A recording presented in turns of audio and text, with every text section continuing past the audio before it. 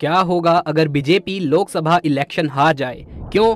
सुनने में इम्पॉसिबल है ना, लेकिन क्या हो अगर 400 पार का नारा देने वाले 272 भी ना ला पाएं? जरा सोचिए, मोदी के नाम से अचानक लोगों का मन भर जाए। वैसे राहुल गांधी तो यही मानते हैं कि मोदी इस बार चुनाव नहीं जीतेंगे। ऐसे ही ओपोजिशन के कुछ दूसरी पार्टीज भी डंके की चोट पर यही कहती है। तो ऐसे में सवाल ये आता है कि क्या हो अगर बीजेपी को लेकर उनकी ये भविष्यवाणियां सच हो जाए? देश को फिर कौन से नए लीडर का साथ मिलेगा? क्या इंडिया फिर सुपर पावर बन पाएगा, या मोदी जी के जाने से देश एक बड़े क्राइसिस में फंस जाएगा? चलिए जानते हैं। बीजेपी के हाथ से सत्ता की कमान फिसलती भी है। कई सीटों पर भारी मेजोरिटी के साथ ही बीजेपी एक स्ट्रॉन्ग ओपोनेंट बनकर कांग्रेस के अगेंस्ट खड़ी होगी। जहां कॉन्स्टिट्यूशन के अकॉर्डिंग एक अपोजिशन के पास मिनिमम 55 सीटें होनी चाहिए। अब तक बीजेपी को सबसे बड़ा एडवांटेज मोदी जी के फेस का ही मिला है। इंटरनेशनल लेवल पर पीएम मोदी की इमेज एक बहुत ही बड़े इन्फ्लुएंशियल लीडर की रही है, लेकिन अगर वो सत्ता खोते हैं तो उम्र में ज्यादा होने की वजह से पार्टी को एक नया लीडर चुनना होगा जो बीजेपी को वापस से अनबीटेबल मुकाम पर पहुंचाने के काबिल हो और उसे एक ब्रांड बना पाए। हालांकि अभी रिसेंट फेसेस को देखकर ये उम्मीद योगी जी, नितिन गडकरी जी या फिर अमित शाह जी से लगाई जा सकती है, पर ये पॉलिटिक्स है जनाब, और यहाँ पर पार्टी का चेहरा और आइडियोलॉजी बदलते देर नहीं लगती। ऐसे में बीजेपी का चेहरा कौन होगा ये कह पाना तो मुश्किल है। हाँ, ये जरूर कहा जा सकता है कि बीजेपी के जाने से इंडियन पॉलिटिक्स में एक बड़ा शिफ्ट देखने को मिलेगा। सत्ता पर कांग्रेस की वापसी तो नहीं होगी, लेकिन अगर इंडिया अलायंस जैसा एक बड़ा गठबंधन एग्जिस्टेंस में आ जाए, और अगर ऐसा हो जाए तो इंडिपेंडेंस के बाद में ये पहली बार होगा जब इतनी सारी पार्टीज मिलकर सेंटर में सरकार बनाएगी। और इसके डिसएडवांटेजेस आपको पहले दिन से ही देखने को मिल सकते हैं, क्योंकि जाहिर सी बात है, यदि गठबंधन 2 से ज्यादा पार्टीज का होगा तो पीएम बनने के उम्मीदवार भी ज्यादा होंगे। और पीएम ही क्यों, कैबिनेट मंत्रियों की सीट को लेकर भी जो हल्ला सेंटर में दिखाई देगा वो इंडियन पॉलिटिक्स की नींव को हिलाकर रख देगा। इतने हर्डल्स के बाद भी अगर सरकार बनकर तैयार हो जाती है तो छोटे से छोटे बिल को पास कराने के लिए भी सेंट्रल गवर्नमेंट में यूनिटी नहीं दिखाई देगी। डिफरेंट आइडियोलॉजी और ईगो क्लैश की आग में अच्छे अच्छे डेवलपमेंट प्रोजेक्ट्स, लॉज और सर्विसेज ठप पड़ी रहेंगी। कोई भी पार्टी किसी दूसरे के ओपिनियन पर अपना एग्रीमेंट नहीं देगी, और अगर कहीं पर इलेक्ट्रोल बॉन्ड स्कैम की तरह करप्शन का मौका उन्हें मिल गया तो हाथ में हाथ मिलाकर वो पैसा खाने का कोई भी मौका नहीं छोड़ेंगे। हिस्ट्री ऐसे एग्जाम्पल्स से भरी पड़ी है जहाँ बीजेपी और कांग्रेस जैसी अपोजिट आइडियोलॉजी ने भी कदम से कदम मिलाकर कई एक्ट्स को अमेंड किया है और इलीगल फंडिंग को भी अपने बेनिफिट के लिए लीगल बनाया है। टू द पॉइंट ये कहा जा सकता है कि इतने बड़े अलायंस के हाथ में अगर पावर आई तो इसके कई डिसएडवांटेजेस इंडियन पॉलिटिक्स में देखने को मिल सकते हैं। अब आते हैं सोशल और पॉलिसीज के चेंजेस पर। तो बीजेपी के जाने के बाद में ऑब्वियसली उनकी बनाई गई पॉलिसीज को भी तो या तो अमेंड कर दिया जाएगा या फिर इम्प्लीमेंट करने से पहले ही हटा दिया जाएगा। फॉर एग्जांपल सीएए, आरसीसी, इस एक्ट को नो डाउट बहुत सारे लोगों का सपोर्ट मिला है, लेकिन एक कम्युनिटी ऐसी है जो हमेशा से ही इस लॉ के अगेंस्ट रही है। इनकी आबादी देश में 20 करोड़ की है और ये बीजेपी गवर्नमेंट से मेनली इसी एक्ट को लेकर ही नाराज रही है। ऐसे में चांसेस बहुत ज्यादा बढ़ जाते हैं कि अगर इंडियन अलायंस जैसी गवर्नमेंट आती है तो इतनी बड़ी आबादी का सपोर्ट अपनी तरफ करने के लिए ये नई सरकार ये एक्ट हटवा सकती है। सीएए के साथ साथ यूनिफॉर्म सिविल कोड यानी कि यूसीसी जैसे एक्ट पर भी रोक लग सकती है, जिसे लाने के लिए बीजेपी कब से एड़ी चोटी का जोर लगा रही है। दरअसल यूनिफॉर्म सिविल कोड एक ऐसा कानून है जो सभी धर्म समुदायों को एक समान, एक बराबर कानून बनाने की वकालत करता है। बीजेपी इसी कानून को इम्प्लीमेंट करने का दावा सालों से करती आई है, लेकिन अगर 2024 में सत्ता किसी और के हाथ में आती है साहब, तो चांसेस बहुत ज्यादा हैं कि ये मुद्दा ठंडे बस्ते में जा सकता है। इसके अलावा वन नेशन वन इलेक्शन जैसी बड़ी पॉलिसी का मुद्दा भी मेन स्ट्रीम पॉलिटिक्स से गायब हो सकता है। अब ऐसा इसीलिए क्योंकि बीजेपी ने 400 पार का टारगेट सेट ही इसीलिए किया है ताकि वो इन मेजर पॉलिसीज को इम्प्लीमेंट कर सके। लेकिन ये आप भी जानते हैं कि विपक्ष इस एक्ट को लेकर कितना अगेंस्ट है। इवन लेफ्ट आइडियोलॉजी और कांग्रेस तो इस कानून को डेमोक्रेसी के खिलाफ मानती है। तो ऐसा कैसे हो सकता है कि वो बड़े प्यार से इसे लागू कर दे? इन शॉर्ट, बीजेपी का ये सपना धरा का धरा रह सकता है। वैसे बीजेपी के जाने से एक चीज और बदलेगी, वो है मीडिया की भाषा। अब तक तो जो मीडिया पूरे तरीके से मोदी के पक्ष में बोलते नजर आती है, वो जरूर ही बीजेपी के जाते ही नई सरकार की भाषा बोलने लगेगी। हिस्ट्री बताती है कि सरकार जिसकी रहती है, मीडिया उसी की भाषा बोलती है।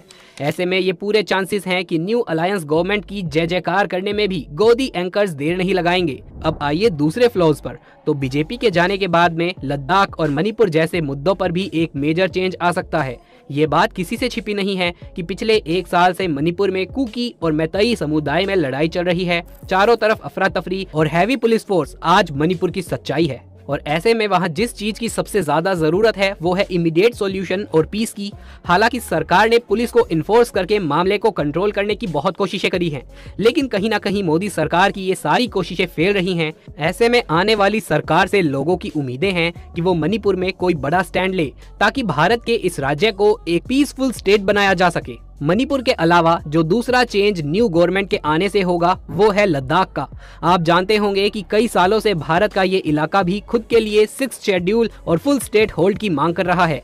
सोनम वांगचुक और लद्दाख के लोग तो इसे लेकर 21 दिन की फास्टिंग तक कर चुके हैं और आज भी वहां प्रोटेस्ट जोरों शोरों से चल रहे हैं। उन लोगों में गुस्सा इस बात का भी है कि 2019 के मैनिफेस्टो में जब बीजेपी ने लद्दाख के फुल स्टेट होल्ड की बात की थी तो अब क्यों वो इसे देने से किनारा कर रहे हैं, क्यों इस पर उन्होंने चुप्पी साधी हुई है। आप मानो या ना मानो, लेकिन लद्दाख का मुद्दा भी बीजेपी पर लॉन्ग रन में बैकफायर कर सकता है, क्योंकि न्यू गवर्नमेंट से ये उम्मीद की जाएगी कि वो आते ही इस मुद्दे पर स्टैंड ले। विपक्ष में बैठकर बाकी पार्टीज ने लद्दाख को सपोर्ट ही दिखाया है, तो फिर जब सत्ता उनके पास आएगी तो हो सकता है कि वो इस पर एक बड़ा फैसला ले। अगर ऐसा होता है तो ये नई गवर्नमेंट के लिए एक बड़ी अचीवमेंट हो सकती है और देश में कई जगहों पर चल रहे विवाद भी शांत हो सकते हैं। विवाद की लिस्ट में एक नाम किसानों की एमएसपी का भी है, जिसे लेकर फरवरी और मार्च के महीने में किसान दिल्ली की तरफ मार्च कर रहे थे। उनकी मांग थी कि फसलों पर एमएसपी यानी कि मिनिमम सपोर्ट प्राइस दिया जाए। इसे लेकर हल्ला भी काफी हुआ था। हैवी पुलिस फोर्स से लेकर टीयर गैस सब कुछ लगाया गया, लेकिन इसका कोई रिजल्ट नहीं निकल पाया। किसान वापस तो चले गए, लेकिन वो बीजेपी सरकार से इतने नाराज हैं कि शायद उनका वोट बैंक बटा हुआ हो सकता है। इन सभी कंडीशंस के बीच अगर न्यू अलायंस गवर्नमेंट आती है तो हो सकता है कि किसान एक बार फिर अपनी मांगों के लिए आवाज बुलंद करें, और ये भी चांसेस हैं कि न्यू गवर्नमेंट खुद किसानों की एमएसपी की मांगों को पूरे तरीके से एग्जीक्यूट कर दे, क्योंकि फार्मर्स को एमएसपी देने की गारंटी खुद कांग्रेस तक अपने मैनिफेस्टो में दे रही है। राहुल गांधी ने भी खोल के इस पर बात करी है। अब ये उनके खोखले वादे होंगे या सच, ये तो वक्त ही बताएगा। लेकिन एक चीज जो पक्की है वो ये जनाब कि बीजेपी की हार के बाद में एमएसपी का मुद्दा एक बार फिर गर्म हो सकता है, और तब नई सरकार को इस चुनौती का सॉल्यूशन निकालना ही पड़ेगा। वैसे एक चुनौती नई सरकार के सामने अनएम्प्लॉयमेंट की भी होगी, क्योंकि बीजेपी की सरकार में बेरोजगारी दर काफी ज्यादा बढ़ गई है। आज के वक्त में ज्यादा से ज्यादा लोग बीजेपी से अनएम्प्लॉयमेंट के मुद्दे को लेकर ही नाराज हैं। उनका मानना है कि 10 सालों में बीजेपी कहीं ना कहीं इस परेशानी को सुलझाने में नाकामयाब रही, और इसका जवाब खुद आंकड़े देते हैं। खुद राहुल गांधी का कहना है कि भारत में बेरोजगारी पाकिस्तान से भी ज्यादा हो गई है। जहां पाकिस्तान में 12% अनएम्प्लॉयमेंट है, तो वहीं भारत में ये आंकड़ा 23% का है। आज भारत का एक बड़ा तबका ऐसा है जो केवल घर पर बैठा है, और आलम यह है कि पोस्ट ग्रेजुएट और पीएचडी होल्डर्स तक के पास नौकरी नहीं है। ऐसे में आने वाली सरकार से ये एक्सपेक्टेशन जरूर होगी कि वो इस परेशानी पर जल्दी से जल्दी एक्शन ले। जितनी रफ्तार से हम 5th लार्जेस्ट इकोनॉमी बने हैं, लोग चाहते हैं कि उतनी ही तेजी से बेरोजगारी की प्रॉब्लम को भी टैकल किया जाए, ताकि मिडिल क्लास से एटलीस्ट मिडिल तबका ना छीन लिया जाए। इसी बीच में एक और मुद्दा है जिस पर नई सरकार का काम देखने लायक होगा, और वो है डिफेंस सेक्टर। इस बात को नकारा नहीं जा सकता कि बीजेपी ने डिफेंस सेक्टर में अच्छा खासा डेवलपमेंट तो किया है।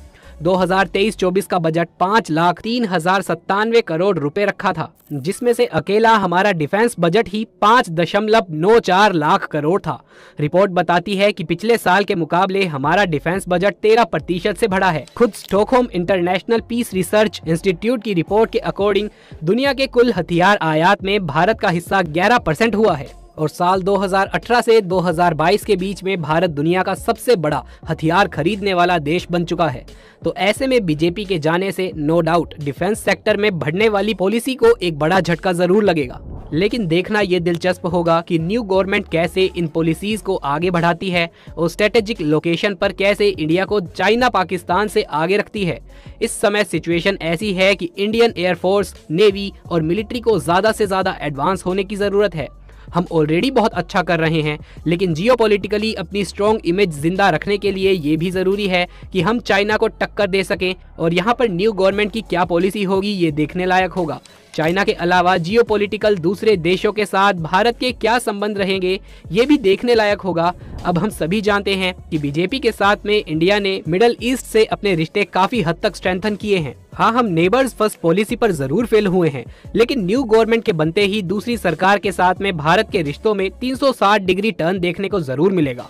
हो सकता है कि मालदीव्स को लेकर हमारा स्टैंड बदल जाए, या फिर इजराइल फिलिस्तीन इशू पर न्यू गवर्नमेंट न्यूट्रल स्टांस के बजाय किसी एक पक्ष को सपोर्ट कर ले। इतिहास गवाह है कि सरकार बदलते ही डेमोक्रेटिक रिलेशंस हर सरकार के साथ बदलते हैं, क्योंकि आइडियोलॉजी बदलती है।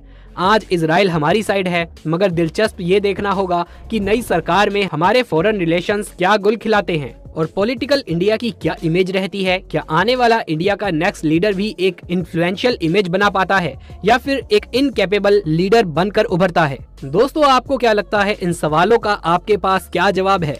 और बीजेपी के हारने से क्या आपको भी लगता है कि कोई बदलाव आने वाला है? हमें कमेंट सेक्शन में जरूर बताइए। तब तक के लिए हम आपसे लेते हैं विदा। जल्द हाजिर होंगे एक नई इंटरेस्टिंग टॉपिक के साथ। जय हिंद, जय भारत।